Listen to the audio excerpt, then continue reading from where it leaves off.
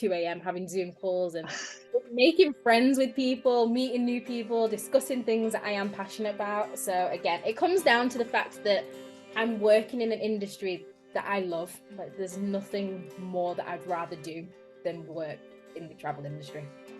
Welcome back, everybody. This is the Pay Me in Plane Tickets podcast, and I'm your host, Jelani. Today we talk with Anisa Kiyah, who's a master's graduate, an educator, an entrepreneur, and the bow that wraps it all, she's also a mother. Today she enlightens the pod with the behind-the-scenes look into the travel business. She showcases what life is like teaching abroad and the power of travel as a mother. So as always, sit back, relax, and enjoy. So I want to get started off. Where are you from? So I'm originally from England. I'm from Leeds. Not the most well-known city, but it's nice. We know about it. We know a little bit about it over here, just a touch. That's not bad. Most people know because of football, but unfortunately they just got relegated, so they don't really want to talk about that right now. Understand. And did you grow up in Leeds or? Yes, I was born in Leeds. I lived here my whole life. I went to Manchester for university. I also lived in Bristol for a year, but mainly Leeds. I've traveled around a lot and I've lived in other countries for maybe 3 to 6 months, but Leeds has been my base most of it. And do you love it, or are you looking to kind of venture out? I like the city. I love that my family and everyone is here, but I absolutely hate the British weather. That you could not pay me to stay in this country for the rest of my life because it's just always raining. Like even right now, it was sunny about 20 minutes ago and now it's pouring it down. So no, I see myself staying here forever. I hope not. Okay, all right. So yeah, it is pretty rainy in your arena. Yeah, it's not great. Not quite New York. You guys have amazing weather in the summer. You actually get a summer. Yeah, we do have 4 seasons around here. It's not gloomy all the time, but it does get cold. So but I mean, you're kind of used to it. I think it's kind of parallel to your area. Yeah, it's 4 seasons. It has its ups and downs, but it's an overall good place. I grew up a city kid, so I wouldn't know what to do if I was in a farmland area. Yeah, I'm quite on the outskirts, so it is countryside. It's Got you. It smells like manure. But it's nice. No. You know, in lockdown, it was great because you had loads of places to go for walks, and yes, I appreciated it at that point. Yeah, you have a lot of space and a lot of green and fresh air. I like that for the time being, but I do understand, you get used to being in the center of everything, where everything kind of always happens. So yeah. So what got you into traveling? What was your first solo trip, if you may have went on first solo trip? Yeah, so I've always traveled. I was lucky enough to travel with my mum and my family in general when I was little. So my first trip with my family was before I was even 1 year old. But the first time that I traveled solo was when I was 18. So I started university and decided I was going to go to Thailand for the full summer. Oh, wow. So saved up my money got an extra job, saved it up, went traveling. I also went to teach English out there just so I could, get some experience. Yes. And it was absolutely amazing. And I literally fell in love with solo travel. And ever since then, just whenever I get a chance, I am gone. And I still I travel with my daughter now, but we tend to go the 2 of us without anyone else, which is nice. That's beautiful. Okay, we'll bundle you guys together. And when you were, was it like a study abroad sort of thing, or was it just you took the summer off and went to Thailand? So I took the summer off. So I decided to get my TEFL qualification because I just thought it makes sense. I'll be able to go elsewhere. So I studied whilst I was still at uni. And then, as soon as we broke up, I finished my exams. I was like, see ya. And what did you have to do? What did you explore when you were in Thailand? So I was staying in a town called Kanchanaburi, which was amazing because it was really rural and just not what I expected. So up until I traveled solo, I was quite spoiled and we always stayed in nice resorts and I was used to the all-inclusive lifestyle. And this was a reality check. So I pulled up, I was staying on the school grounds, and I pulled up and it was literally a wooden shack. It didn't have windows, it didn't have anything. And I was like, there is no way I am surviving in this place. It was actually amazing, and I'm really proud. Even when I look back on it now, I'm like, I can't believe I stayed in there for months. It's insane. But yeah, it was a really, really good experience. I did find a scorpion in the little shack, did we call it? Which was terrifying. We had to get the chef at the school to come and collect that out. And there was a little frog that lived in the shower. We got used to him, and you just have to shower, and he would just be there. He was a friendly neighbor. Yeah, he just became part of the family, someone to talk to on a morning. It was a good experience. Oh wow, that's beautiful. And what was the weather like when you were there? Was it as you expected? Yeah, it was very humid. It was really, really humid. It was hot, and then it would have crazy downpours because it was the summer. So it was June to I came back in October. And so you would have these crazy downpours, but it was still hot, so it was fine. It was quite nice. It was quite refreshing sometimes. That's good. That's good to hear. In the rain. And did you do any activities while you were there? Yeah, so I did Bangkok, and I did the traditional, like the typical, I wanted to Sand Road, the touristy things. Yeah, definitely did all of that. I went to a couple of the islands. So I went to Phuket, I went to Koh Samet. They were amazing. Went to the elephant sanctuary where you help look after the elephants and feed them and make food and all of that stuff. So I did get to experience some things. And also the really cheap massages. One thing in Thailand, you can literally get a full body massage for like £40. Every other day. I was like, this is amazing. Yes. You're preaching. Yeah, definitely.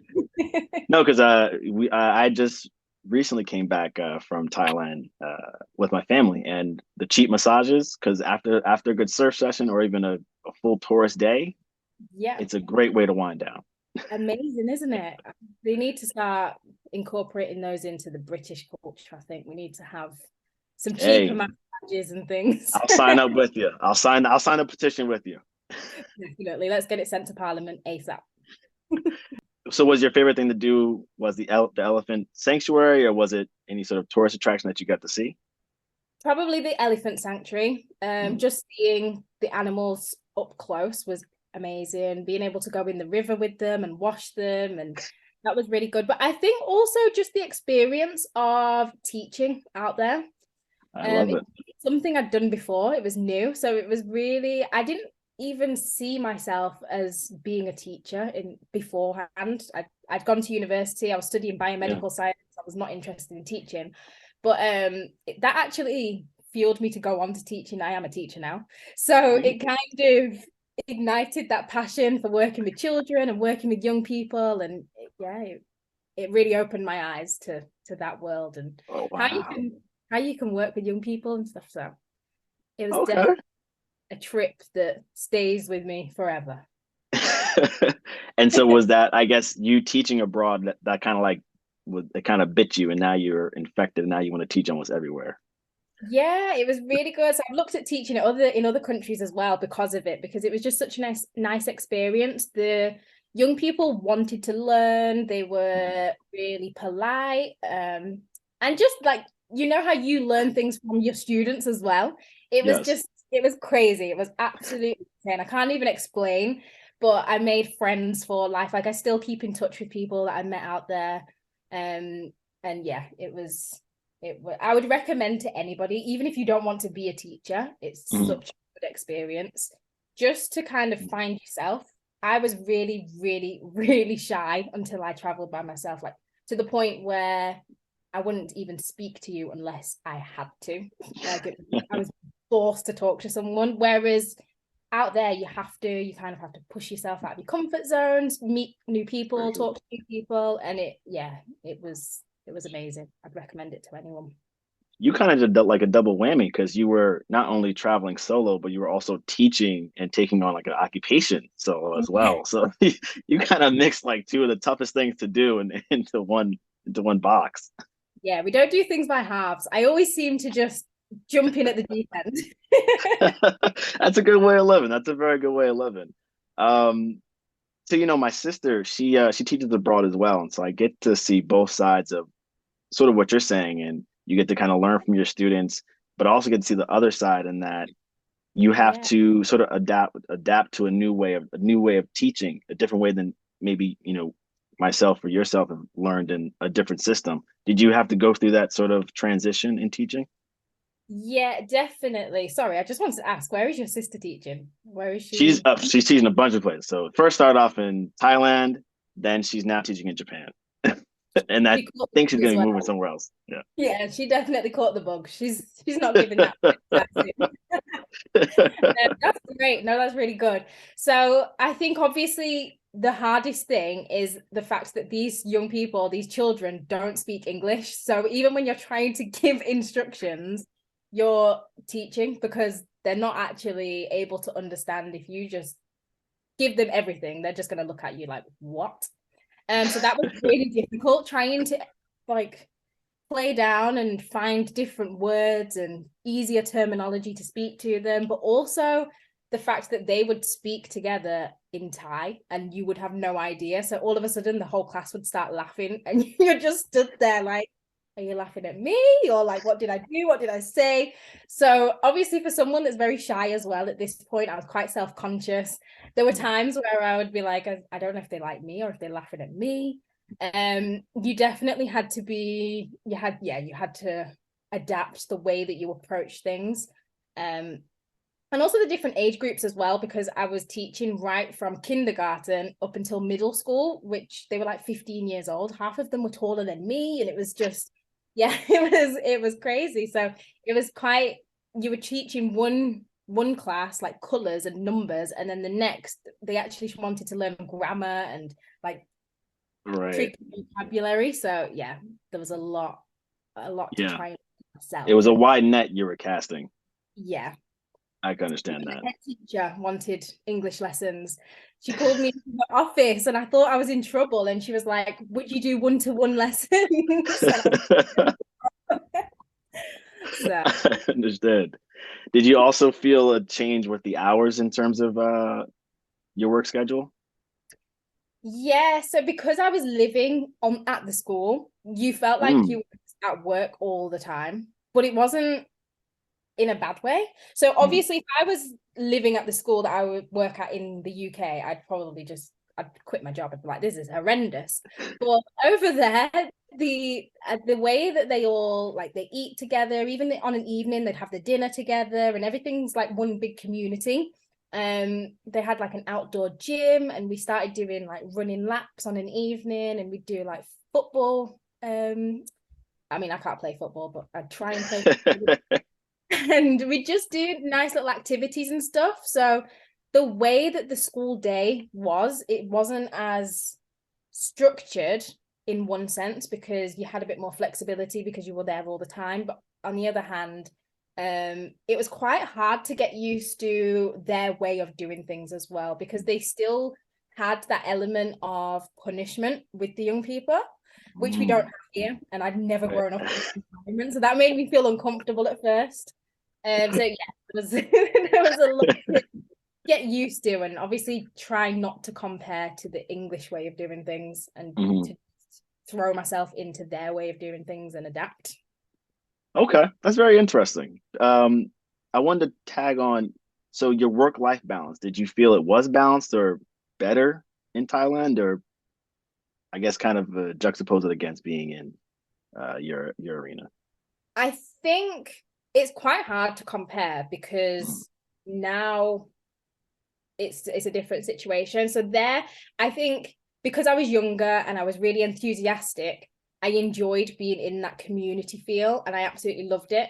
I think if I was there now, I'd probably feel like I don't have as much of a work-life balance because I'm always there. But I think that's just more of a sense that now that I'm older and I know that I like to do things alone more so than mhm. necessarily always in a big group. Um, I think I would say the work-life balance wasn't quite It wasn't 50-50, but it was enjoyable all the same. Like there were no times where I thought, oh my gosh, I'm burnt out. I'm not enjoying this. This is horrendous. Like I absolutely loved it. I wanted to go back the next. I didn't even want to come home. That tends to happen. I guess in if I can summarize it, it's basically you had a pretty decent work-life balance, but you were really there for the experience and the intrigue. Yeah, I think because I knew it was short term as well. Like I had I to see. go back to university, so I was just trying to make the most of it, and I was just enjoying every single moment I was there. So everything was positive. I always just look back on that trip. It was absolutely amazing. That's good. You had a lot of takeaways. Yeah, definitely. Now, after Thailand, because it's interesting, you said you started off in university as a biomedical engineering, then you went into teaching English. So then where did you teach after that? So, so I then the following summer, there's a bit of a theme. University, I was kind Yeah, of figuring myself out clearly. we I all went, are. We all were. yeah, that's what it's for. Right, right. I went to America. Well, I came to America and I did Camp America, which was amazing as well. That was Okay. such an experience. And where was And Camp America? so I was at a camp it was near Philadelphia. Okay. It was rural, but it was near Philadelphia. Okay. So I did get the opportunity to then come to New York, and I went to Miami. I went to Arizona, Wow. Phoenix, That's and a then fun I place. went then I went to Cancun, and then I went to Cuba. So I literally tagged anywhere that I could on. I was like, I am not going home without as many places as possible. Okay. Yeah. I So hear you. I hear you. that was amazing as well. That was completely different to Thailand, obviously. But Mhm. there I was teaching dance and cheerleading. I've never ever cheerleading is not a thing in the UK at all. But I've seen it in all the movies because obviously all the movies Yeah, in America and everybody wants to be a cheerleader. So I absolutely loved that. I felt like I was living my childhood dream of being able to be a cheerleader with the young people. It was great. that's wonderful. And then, so that's interesting because you would figure Camp America would also be in DC because I spent a lot of time in DC and there's a lot of internationals that go and visit DC and that's kind of like the starting point. That's their introduction into American life. Yeah, That's I've interesting. never even been to DC. Mhm. There are loads of places in the States. The country is so big, it is Yeah. absolutely insane. I've always wanted to go to DC. I've always wanted to go to LA, San Francisco. I think the West Coast in general, and I've Mhm. never had the opportunity to get over there. So that is high up on my list. I'm hoping either this year or next year, I will do a tour of the West Coast of America, because I've done a lot of the East, and Yeah. Yeah, yeah, you've seen most of it. I think you said you tapped into Arizona, right? yeah. So I Yeah, had a so a little bit. friend there that I'd met Yeah. in Jamaica when I was 15. We hadn't seen each other for 6 years, and I just showed up. I was like, I'm in America. I'm coming to visit. So I was just like, hi, and it was great. I spent maybe 3-4 days there. And that was great fun. But yeah, I've got friends all over the world because I've traveled. So I do tend to just rock up and I'm like, hi, nice to see you. I'm not seeing you for 10 years, but this is great. Let's have a catch up. That's great to hear. That's great to hear. And that's good that you have that camaraderie with all the people that you've met and accumulated over Yeah. all different locations over time. So you taught in Thailand, you come to America, and what was next after that? So after America, where did I go? So I did Mexico and Cuba. Then I came home. In Cuba, I was really into boxing at the time. And so I actually went and trained at one of the famous camps in Havana. You're not Wow. actually supposed to for insurance reasons, but because everybody out there thought that I was Cuban, Uh, um, they actually got away with pretending. So when someone came in, I just had to keep my mouth shut and pretend that I was Spanish or Cuban. So that mhm. was an amazing experience. No one actually spoke English, so my Spanish skills were really, really tested. um, and I made friends with people that literally couldn't speak English and I couldn't speak Spanish, but we still keep in touch to this day. Um, So that was absolutely amazing as well. I would always recommend Cuba as a country to visit just because it's so different. But then Okay. I came home, I finished my degree, and then I went to Australia and I finished that. Wow. I went to Okay. Australia for a few months and traveled around Australia. And I started off as an au pair. So again, childcare. I didn't realize at the time that that was my calling, but clearly it was. I just kept being drawn to looking after children, which was really fun. And then I decided I didn't want to be in that was in the Blue Mountains, and I decided I wanted to be in the city. I wanted to be near the beach. I'm in Australia. I want to learn how to surf. So Gotcha. I moved to Bondi Beach, and Okay. I only had one surf lesson, and I kid you not, it was the hardest thing I've ever done in my entire life. I don't know how you stay up on that surfboard. But it was so hard. People make it look so easy. I was paddling away trying to stay on the board. So yeah, I moved to Bondi Beach. I got a job in the city, and I was kind of just living that. I thought I'm escaping reality of having to Mm, actually get a corporate job right now because I'm not mm. ready to figure out what I want to do. So I kind of just enjoyed a few months of just peace. I was working, but it wasn't high pressure. There was no stress.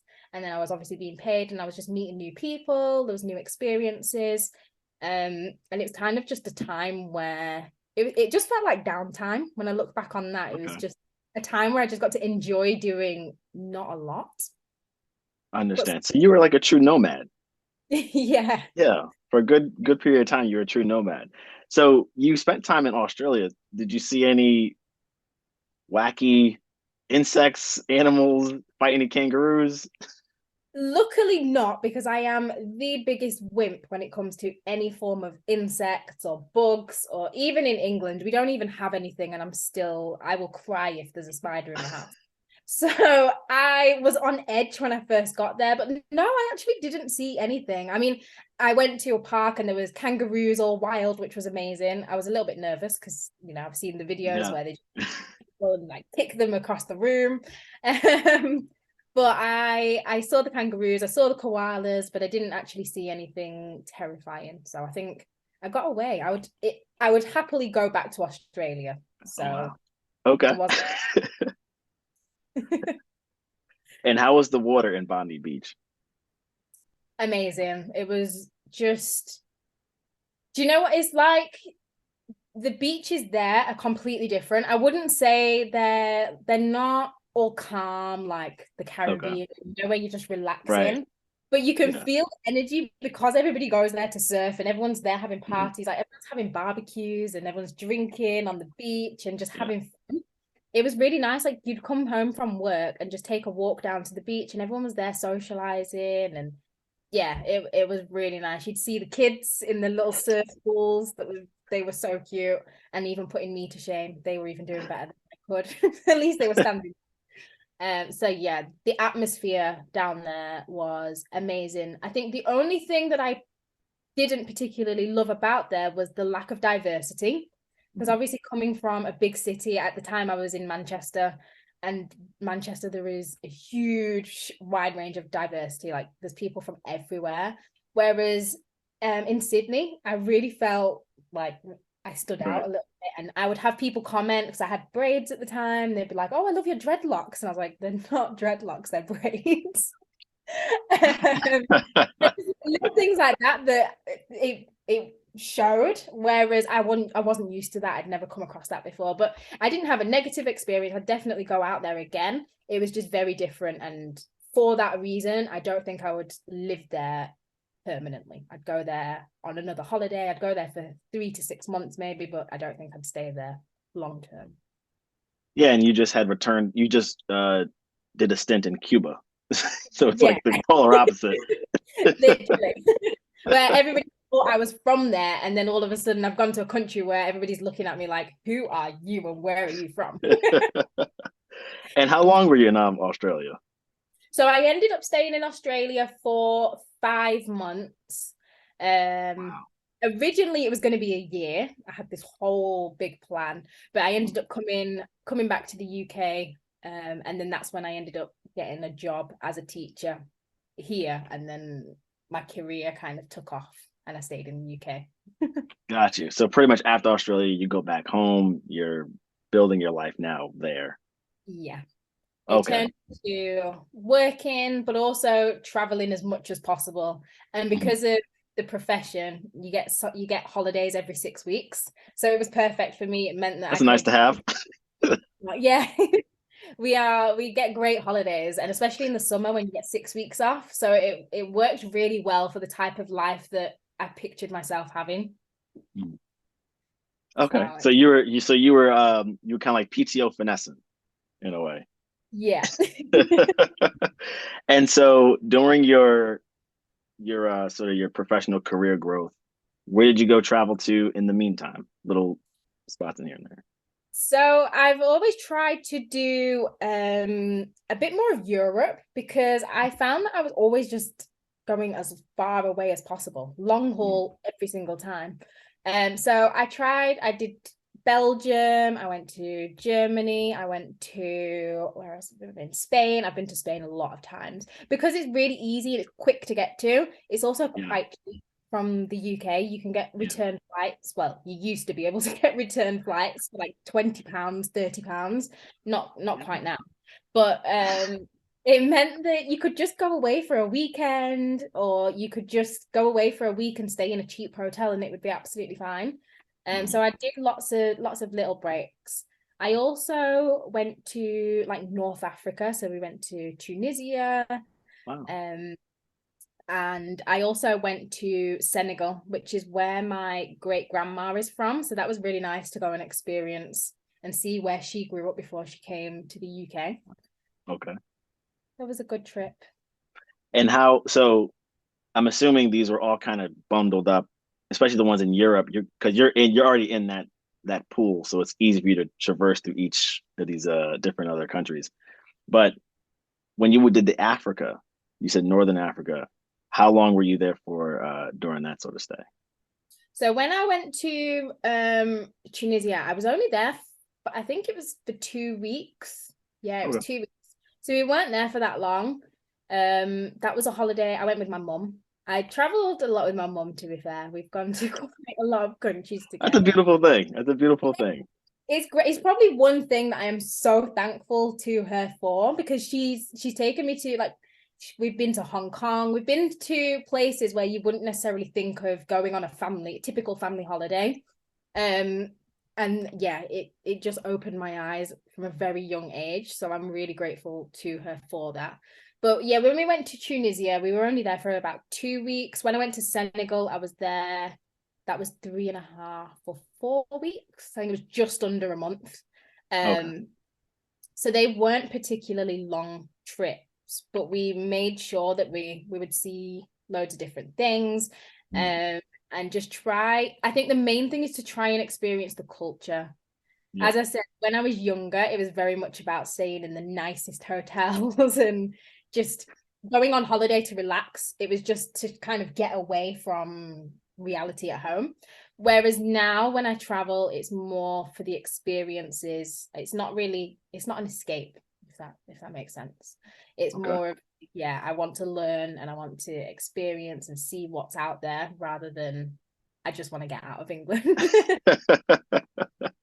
No, I completely understand what you're talking about. As I grew up, we live a very modest life, but when we traveled, it was very extravagant because we have all these, airline miles and points. And so I always joke with people. I say, look, when my family would travel, we were the Kardashians. We skip the line. We get to just do what we want to do. Right? Living the But best.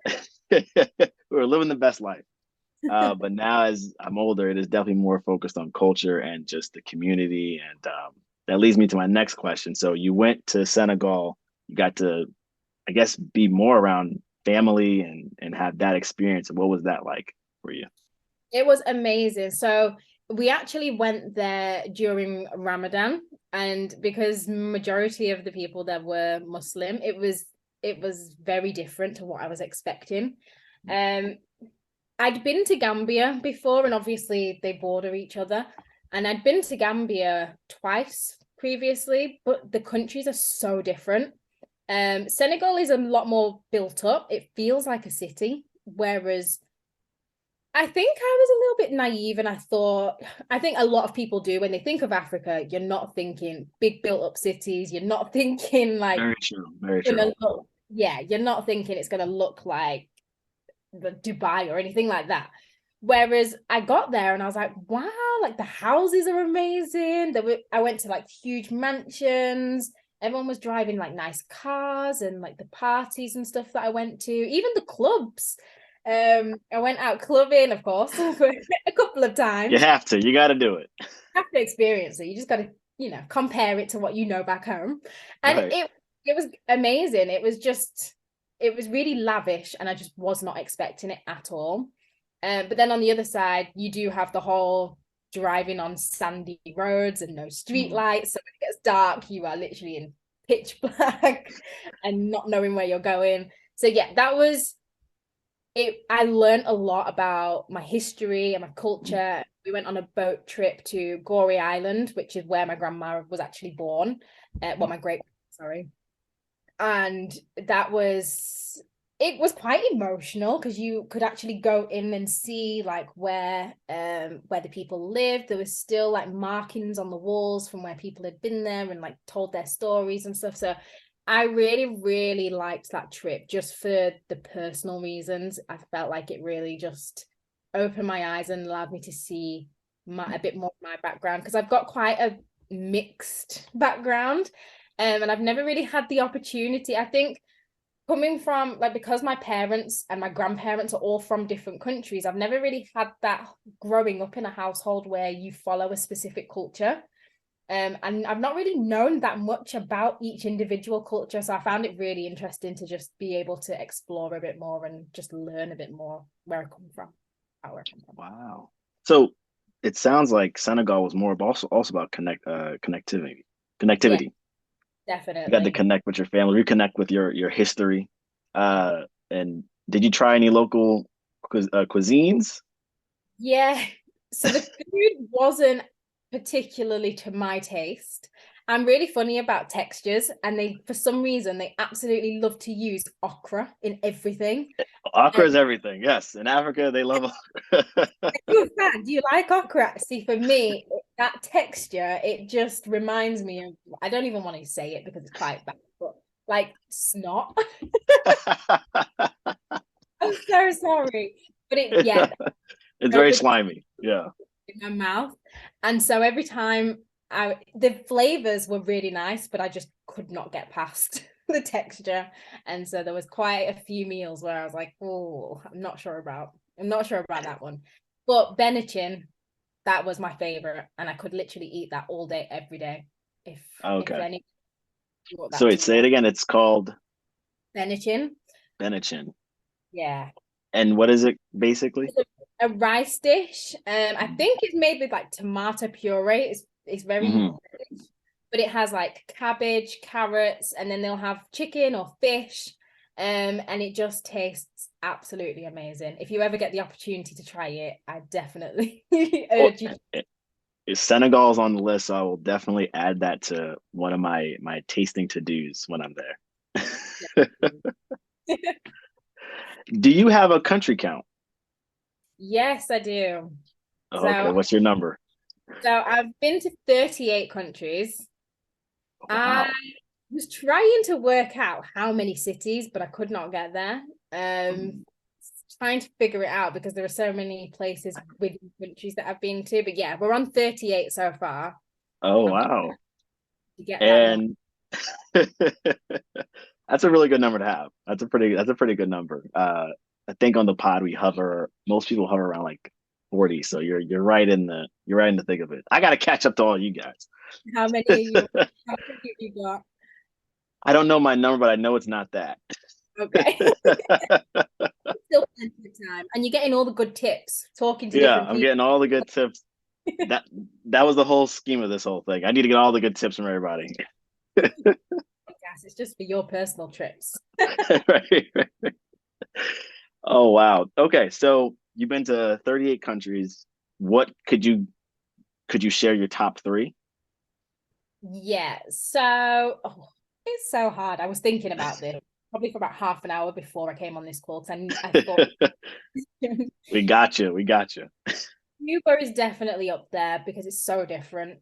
The people, I've never met such welcoming and friendly and happy people in my whole entire life. Like they don't have a lot out there, and you can really see never really experienced poverty in that sense, in the sense that they will have absolutely nothing and they'll still welcome you into their home. They'll give you everything. They'll take you out, show you the city and all of that.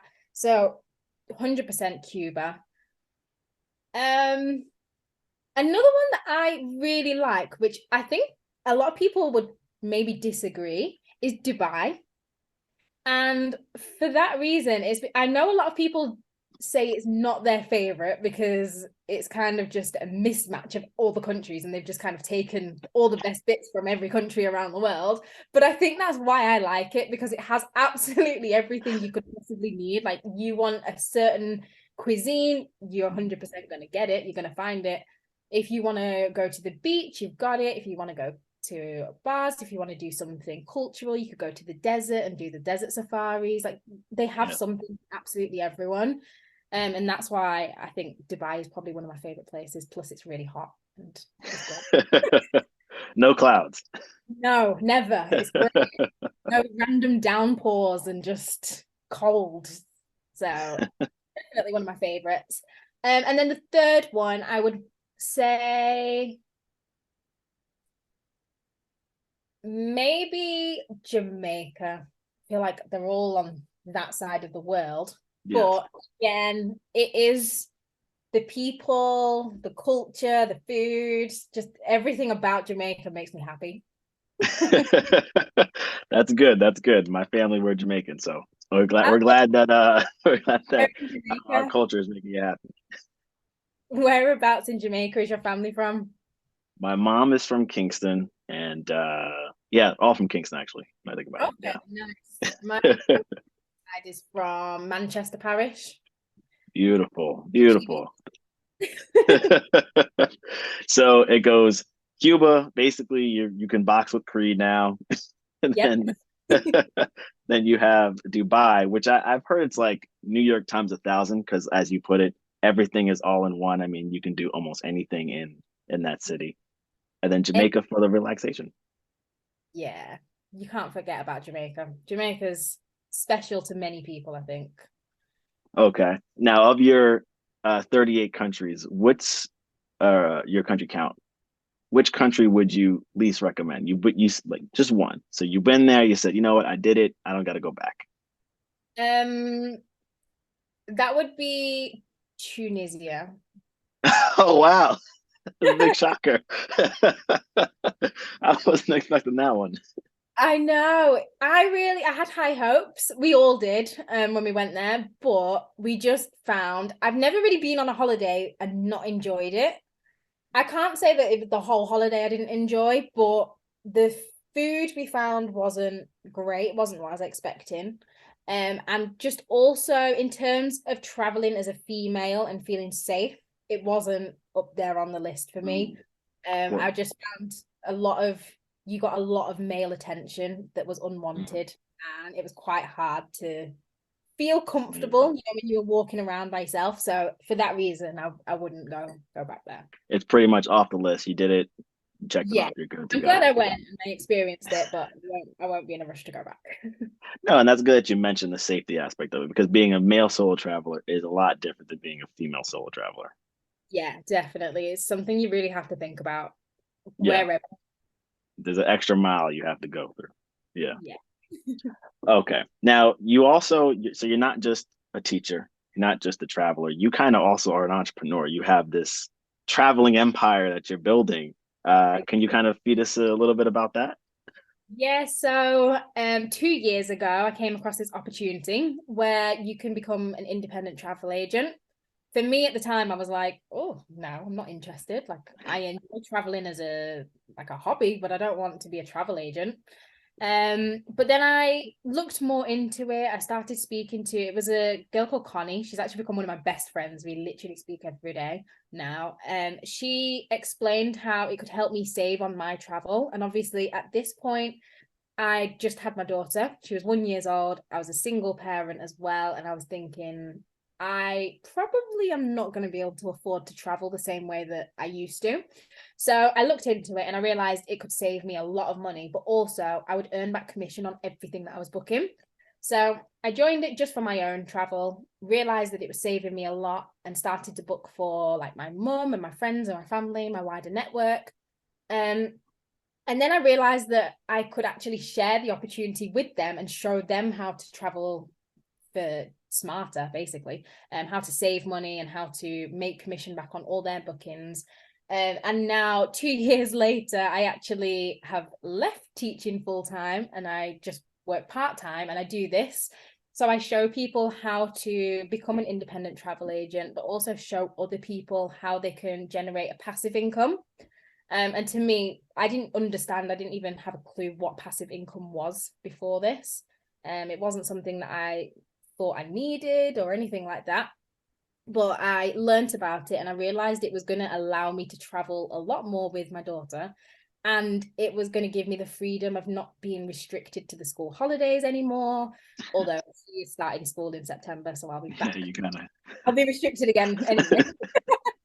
You're kind of back in it, but yeah. Yeah. But yeah, it gave me a way of being able to do what I love and also to share that with other people and make money.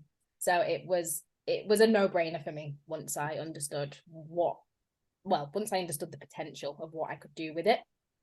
Yeah. No, and that's wonderful to hear. So you're able to mix what you love to do in travel and also share that as sort of an income source to others and bring in like more information and bring in more people. That's beautiful. It is great. It's really nice to see other people that you're helping as well. So obviously, as I said, I've got quite a strong team now. And like they'll send me messages. They're like, oh, I'm going to Egypt. I've just booked this trip and I've just booked this and I'm here. And they'll send me pictures. And I'm like, oh my goodness. Like, I'm so happy that you've joined and you're able to do this and you're experiencing this. And they're showing their kids how to do things. And also the fact that the company actually, once you get to a certain level, your income becomes willable. So there are people in the business that have generated this income that will be passed on to their children. And sometimes they'll send messages and they're like, I can't believe, like, if anything was to happen, then my child would receive like these multiple paydays, and it's in something that I want to do anyway. So it's something that I wanted to do, that I was going to spend my money on. So yeah, it's something that I feel very passionate about because I am a single parent and I did not know that you could generate an income that could be left to your child, because obviously if I left my teaching job, they would just replace me straight away. They would do probably before I've even left the room. So I really held on to that and was like, I'm going to show as many people as possible how they can actually secure their children's future or their family. They might not have children, but we've all got like parents and I don't know, like aunties, uncles that we want to be able to look after in any situation. So yeah, that's the most rewarding thing aside from the travel.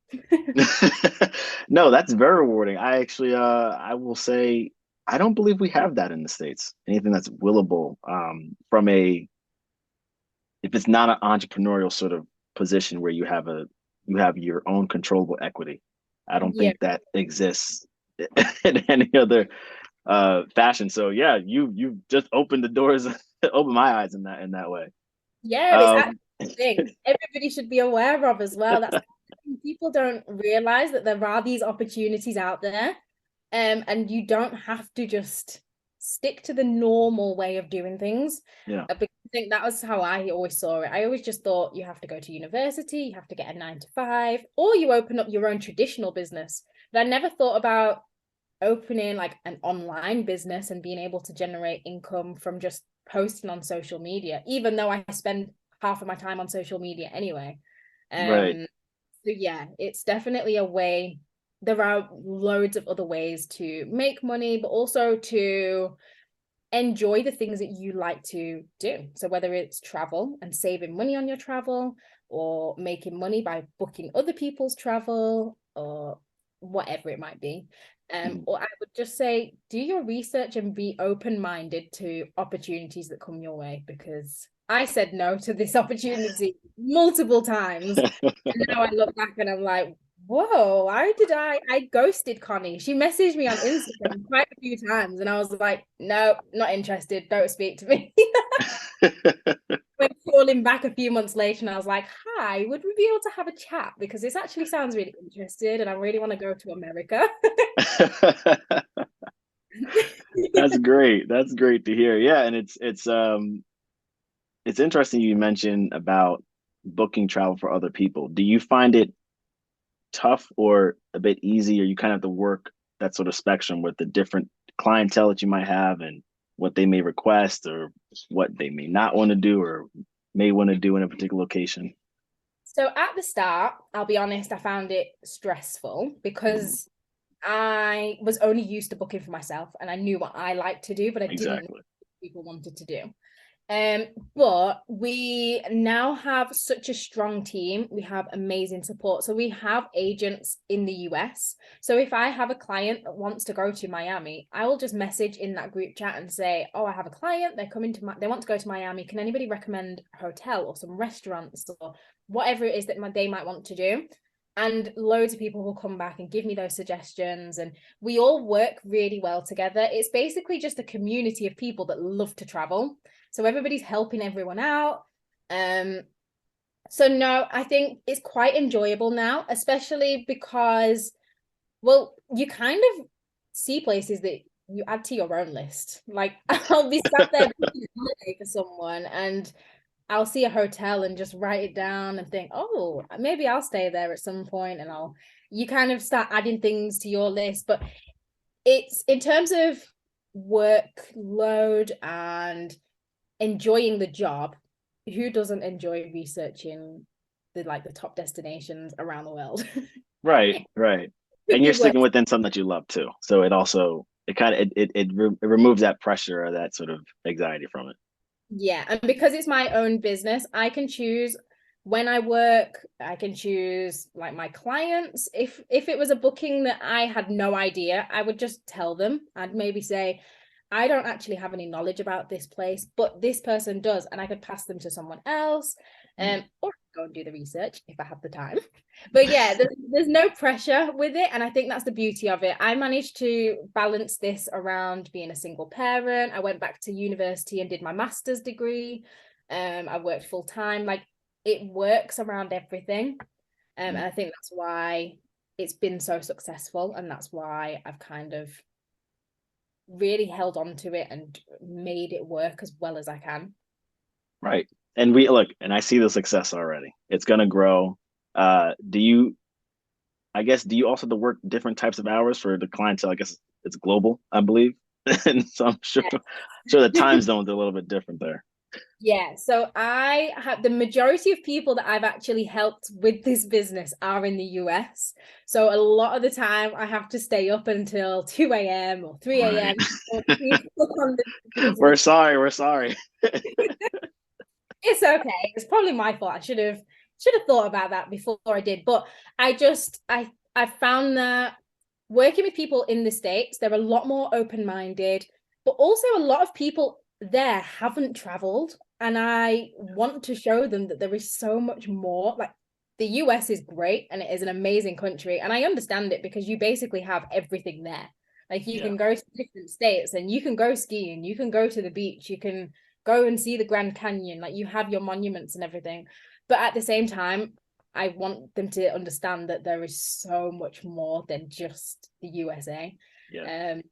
And so I think it's worth it.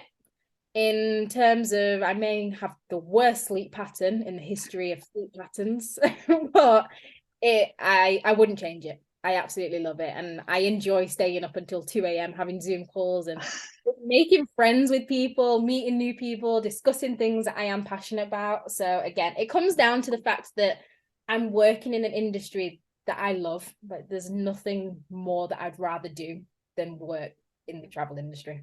That's wonderful to hear right there. You mentioned that you kind of had a time in your life where you were transitioning from, you're getting your master's, you're starting your business, you're a single mother. How did you manage that time frame? How did you get from I'm teaching, okay, no, now I'm gonna do this business, and I have this young child on the way, and I'm still gonna be traveling. Honestly, I think I'm one of these people that thinks they can do anything and everything. And I don't limit myself. But then I realized that this is actually a little bit stressful and I should have maybe analyzed this a bit more before I went all in.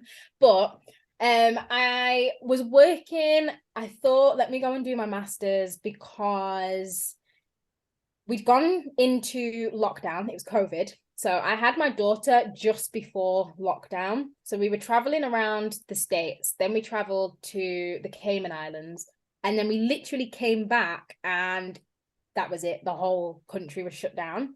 So it extended my maternity leave. And that's why I joined the travel business, because it sounds like a terrible time to do it, but it gave me the opportunity to kind of develop the skills, research the countries. And even though no one was booking holidays, I knew that as soon as the lockdown ended, everybody was going to be booking holidays. And I was right. It was amazing. As soon as the restrictions lifted, literally my phone was just going off like, can you find a holiday here? Can you do this? Can you do that? And it was great. So I decided to take on the travel business. I was working that through the lockdown, but then decided to go and do my master's because I'd not been in a full-time job for so long. In my mind, I was just thinking, oh, it'll be quite easy. I'm not having to commute or anything. It'll be okay. It was difficult, I'll be honest. At the start, I was living at my mum's house still, so I had a lot of help from her, and my mum is great, as I've said lots of times already. She's really helpful. She's very supportive. But then I did actually buy my own house and move into that house with Ira, and that was hard. So I realized that I was trying to run a house and look after a 1-year-old and study a master's and go to work 5 days a week and run a travel business. And it was a lot. I did nearly drop out of the masters at one point. I did nearly quit the travel business multiple times. I think there's probably about 6 or 7 times where I've messaged Connie and I've said, I'm not doing this anymore. It's not working.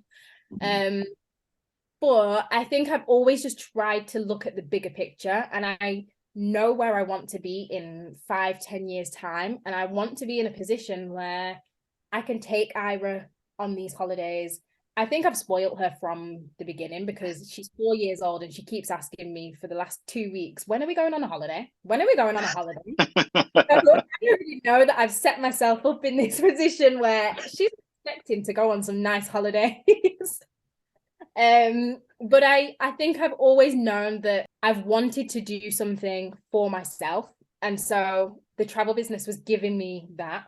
But I also knew that I've always loved education and I wanted to get my master's. And I just thought, it's not easy, but they're things that you've always wanted. I will be upset with myself if I give up. So I've just got to keep going. It will be worth it in the end. And it definitely was. It's paid off.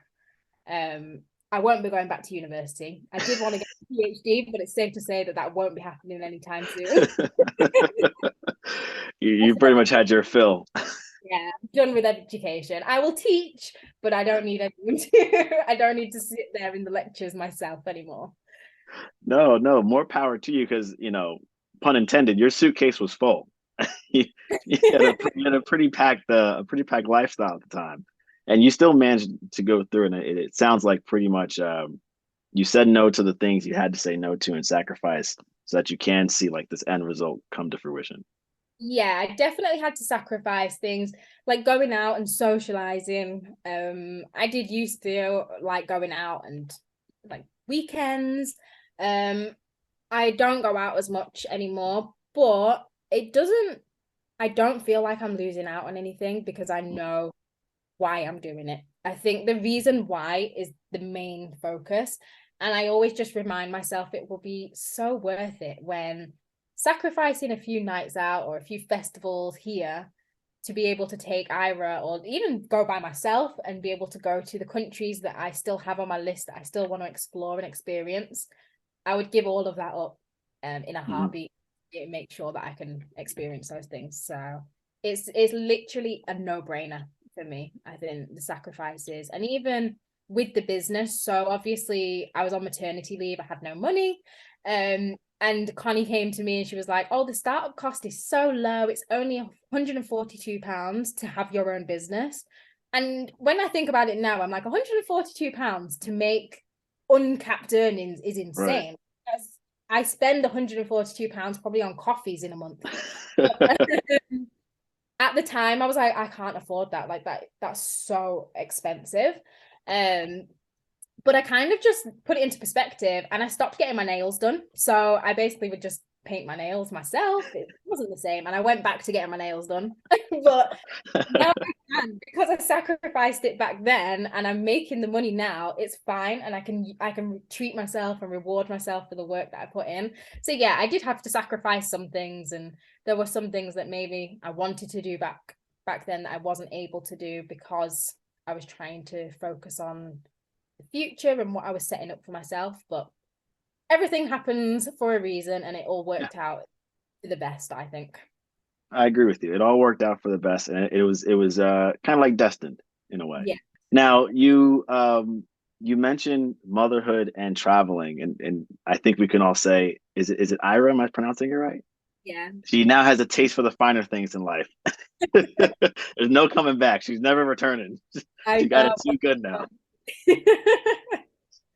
A wooden shack for her first holiday. Then she would do expectations. You set the bar way too high now. It's over.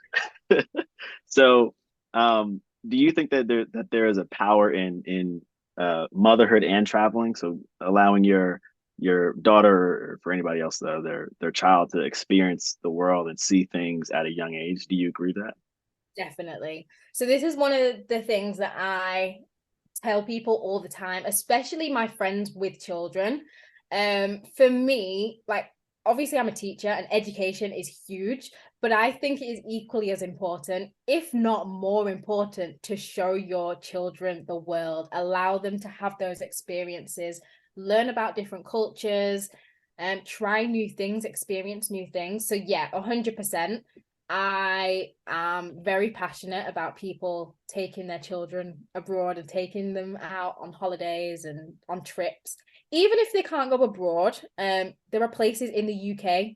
I think just taking them away from their home and their normality and what they're used to and being able to experience different things. So even if you're just going to London or you're going to the seaside or you're going up to Scotland, it's different from what they're used to and what they see on a daily basis. And I think it's really, really important to develop the child as a whole, and to allow them to grow up open-minded as well. You want them to grow up open-minded. You want them to have those experiences, right. Make decisions about their life based on what they've experienced, and you don't want them to have just been in a little bubble and only know a little bit. So yeah, that's something that really is important. I feel like I went off. No, it was wonderful. It was good. It was a good dose of information. You were feeding us a lot. If you could speak for Ira, what would give her top 2 places that she liked? 100% Disneyland, because she keeps asking to go back. Now, Disneyland, where is? Because there's a few. There's one in Paris. There's one in Cali. Yeah. Okay. So we went to Paris. I'm hoping to take her to the US. I want to go to LA, so I'm hoping I can tie it in with the trip for myself, and also she can experience something. But we will see. She definitely wants to go back to Disneyland at some point. And then I think her second one it will be between the Cayman Islands or Dubai, I think. Oh wow, okay. Yeah. She definitely loves playing in the water. She loves swimming. She goes to swimming lessons, and she would just be jumping in and out of the pool and the sea all day, every day if she could. So. Okay. And would you recommend other mothers to take their children to those locations? Definitely. So the Cayman Islands feels so safe when you're there. There's loads of kids there. There's a lot of US expats that live there. So it's quite nice. I actually went to stay out there because my old nursery teacher has moved out there. She's part of my travel business now as well, but she lives out there, and she opened up her own school. So we went to stay with her. And her son lives out there, obviously, with her. And just seeing his way of life, and he finishes school and he goes to play on the beach with his friends. And it was amazing. And it kind of made me think, hence why I'm like, I'm not staying in Leeds for my whole entire life, because there are definitely better things out there, and definitely better places to raise a child, but also to live for myself. So 100% Cayman Islands and Dubai, as I said, they have absolutely everything. They have everything for every age group out there. So it's always, yes. That's good to hear. That's great to hear. I love to hear everything that you had just mentioned. I don't want to overextend our stay here. So I'm going to throw in some pay me in plane tickets questions to see if we can trip you up or get your most interesting take. Okay, I'm ready. So if you had to get paid in plane tickets, which airline would you get paid in? Maybe. That is such a hard question. And I actually thought you were going to ask this question as well. I think maybe Emirates, just because they're such a nice airline. Yes. And Yeah. as well. It is. So Emirates is the win. Yeah, we have a few flights that are Emirates based around here, but they're not that big over here. Are they not? Oh, maybe I would have to change it then, because I wouldn't be able to come to the States. I'm gonna have to do my research of which airlines fly to the States. Jeez. Yeah. I know they fly to New York, but that's about as far as I believe they go. That would be okay. Could get my nice Emirates plane to New York, get to wherever I want to go. And then take some other flight elsewhere. We'll do that, because Emirates, they're the best. Now, are you a window, aisle, or middle seat? 100% window. I want to see what's going on down there. Even if it's just clouds, I still want to see. I don't like sitting in the middle. Although I do like when you get the whole row to yourself, you know. Yes, of course. Yeah. You get to just scroll out and it feels like you're in bed. Definitely appreciate that. But yeah, if I had to choose one, I'd go for the window every single time. Although and between you and Ira, who's fighting for the window seat? I was gonna say she wins it every time now. I do end up having to sit in the middle, but one of us will get it, or I can convince her to sit on my knee and then we can share it. I see. You got to bribe her a little bit. I think the only thing that would bribe her and get me the window seat would be maybe chocolate or sweets. Nothing else would give. So we know for every flight you're bringing chocolates to potentially all the snacks. If you ever see me anywhere, you know for a fact my bag is full of snacks. Even my students at work, they're like, "You're such a good teacher, but you're always snacking." Identify me, because it's true. I am always snacking. I'm always eating something. Okay, we hear it. When you're traveling, are you normally a hotel individual or Airbnb? A hotel. There's just something about being able to just get dressed and do what you're doing and come back and your bed and your room is tidy. Is amazing. Right. Honestly, it's the best thing ever. I absolutely love it. So I would go hotel all day. Hotel all day. Well, so in Thailand, you were in a shack. Yeah. So that was obviously the extreme end of an Airbnb, which was a good experience. But then I also did stay in a really nice 5-star hotel in Bangkok, and I was like, I really have to go back to the shack. I was like almost in tears. Right. Okay. Do you have any traveling pet peeves? Peeves.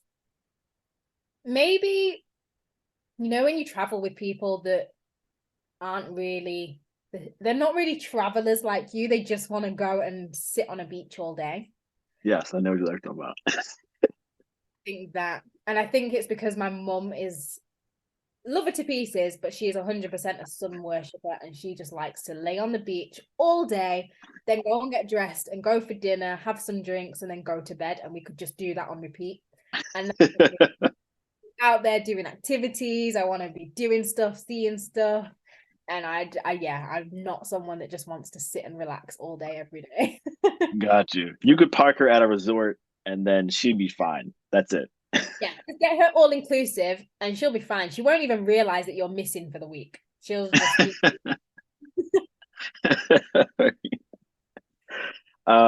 When you travel, do you take a carry-on or a check bag?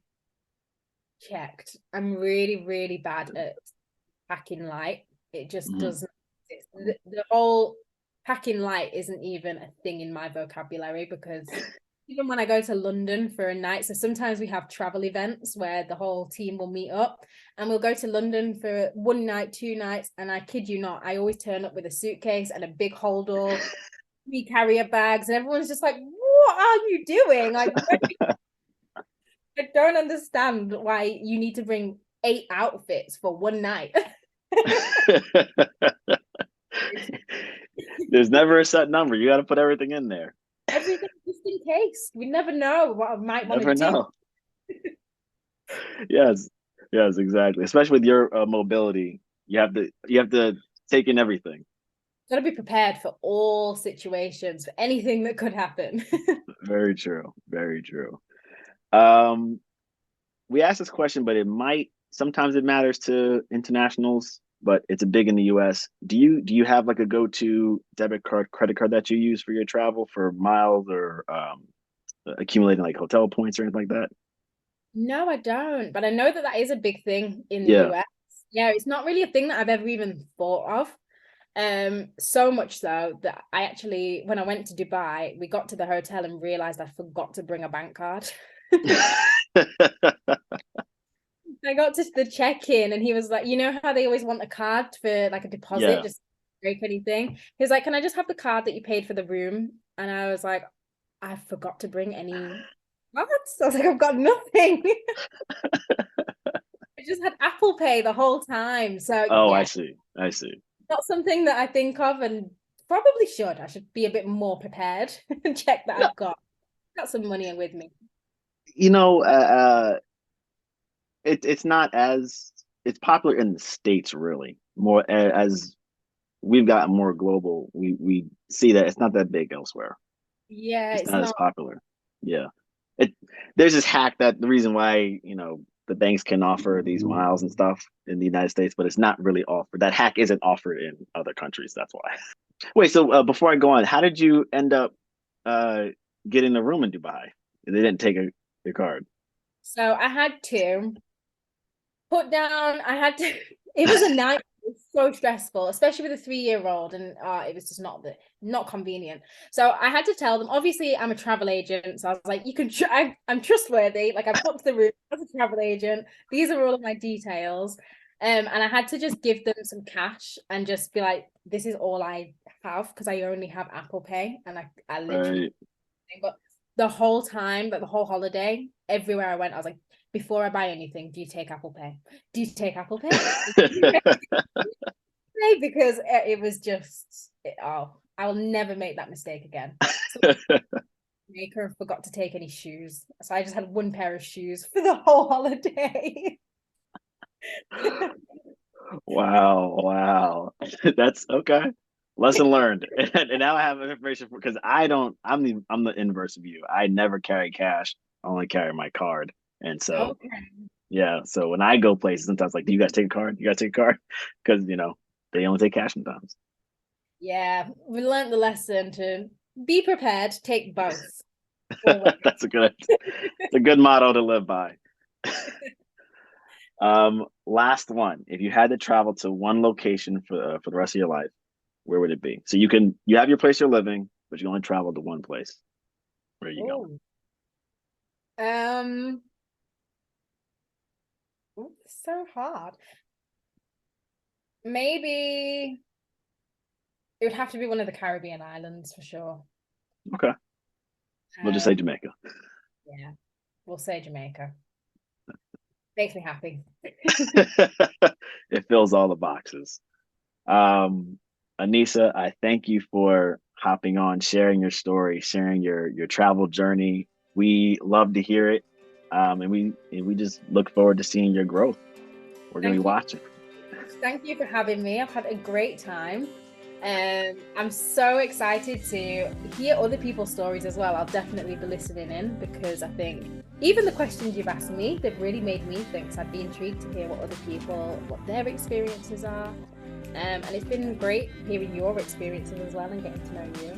Thank you so much for inviting me on. Hey, you're part of a good pool of people, so consider yourself a part of that.